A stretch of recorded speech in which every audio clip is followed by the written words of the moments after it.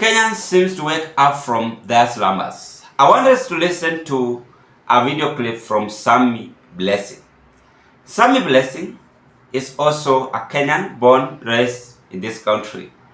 Is coming up with a very serious bombshell about the issue of Mama Mboga and how the UD administration convincing the people in the Republic of Kenya on their way forward to ensure that each and every person becomes Mama Mboga.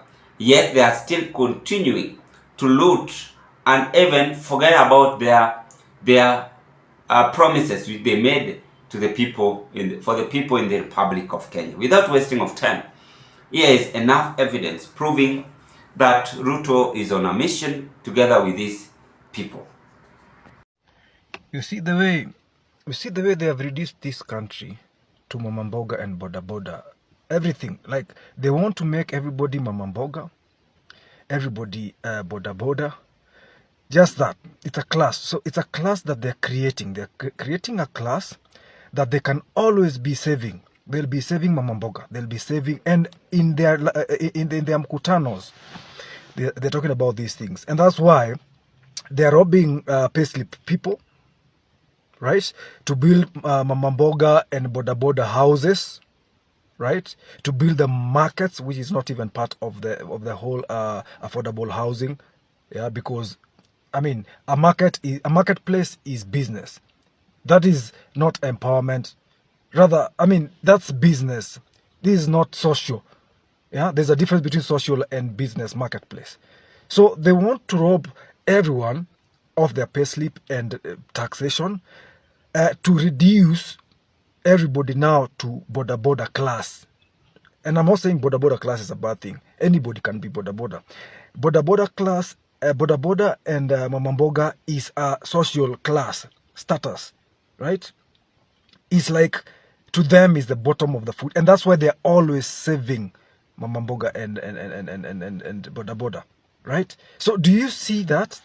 Can anybody see that? So they reduce everyone here so that when they're coming to you, you are at their mercy because they're coming to get you out of that Mama Mboga hole, yeah, so that they can uplift you now, yeah. And they're uplifting you using what?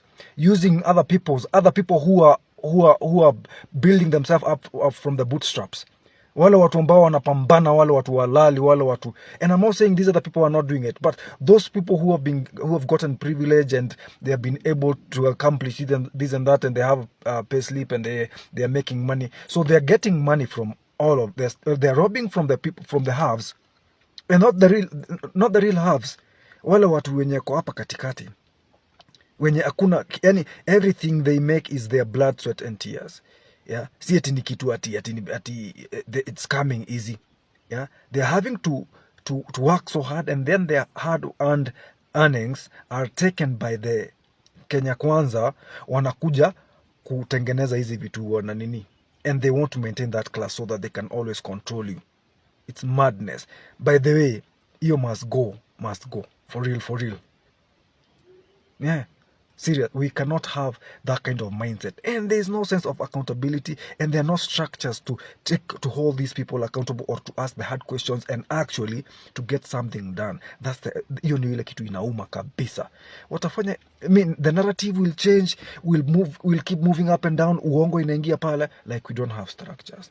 So you've watched and listened to that video clip. Remember, whatever Sammy Blessing is saying is something which he did not guess to say, but he is speaking through experience. When we talk about heavy taxation, the housing levy, which of course I'm being deducted, you are also being deducted. This housing levy, it is a good project, but I recall during Uhuru Kenyatta's time,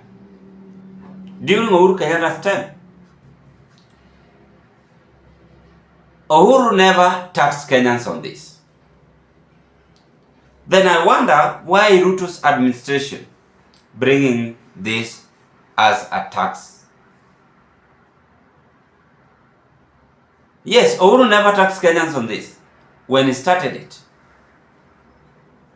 I don't know how Uhuru used to make his own decision. You see, Uhuru used to minimize even the advisors. And even the convoys in some occasion, you will spot Uhuru Kenyatta driving alone, Valley Road, most of the time. For those of you who are interacted, I've seen it. I've seen him several. You will spot Uhuru Kenyatta driving alone. Utastuka tu, rais ndio ule. Na gari moja na yeye nyuma. Alikuwa na ile gari black. Hii Range Rover black. If I'm not wrong. In most of the time. Juu alijua akitumia convoy kwanza ata create jam, kitu ya pili fuel, kitu ya tatu pesa itaongezeka, maybe mambo mengi juu yeye ni rais, huwezi jua. But what am I trying to say? Uhuru was trying to at least to balance, as much as he borrowed huge amount of money, which most of people in this government looted. Of course they looted. Even his administration looted. But he was trying to listen to Kenyan's side most of the time. Now come to the current head of state, William RUTO. Instead of listening to the side of Kenyans, he decided to listen to opposition. He swallowed the opposition and now working with the opposition.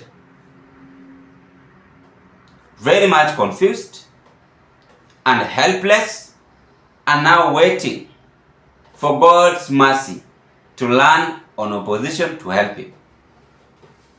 So Sammy Blessing is saying, this issue of taxing Kenyans about the housing levy,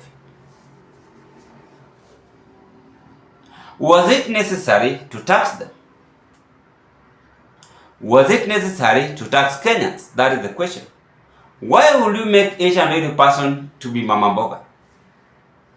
In fact, to make it worse, the Mama Mboga you are speaking about has already been dumped. No one bothered, no one cared about this Mama Mboga.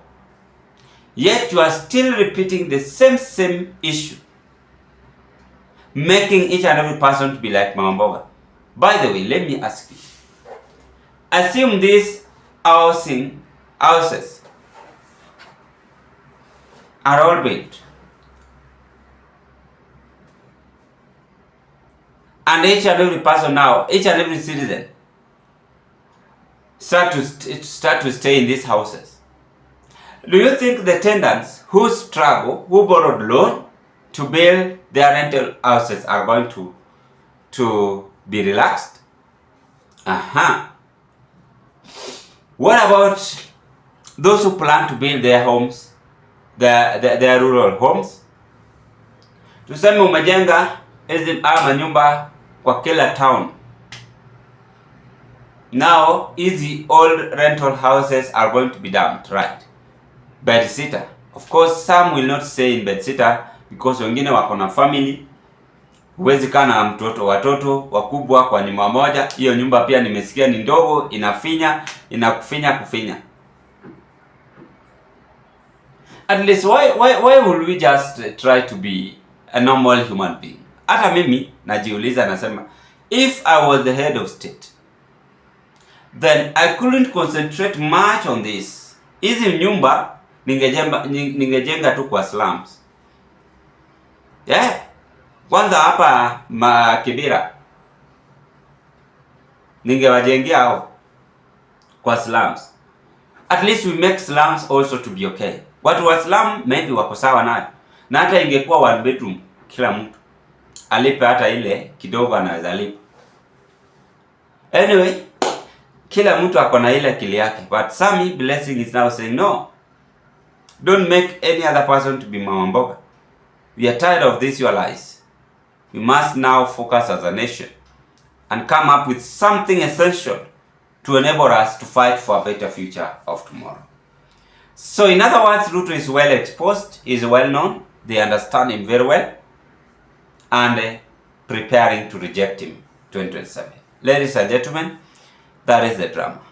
Give us your opinion at the comment section below. Bye bye.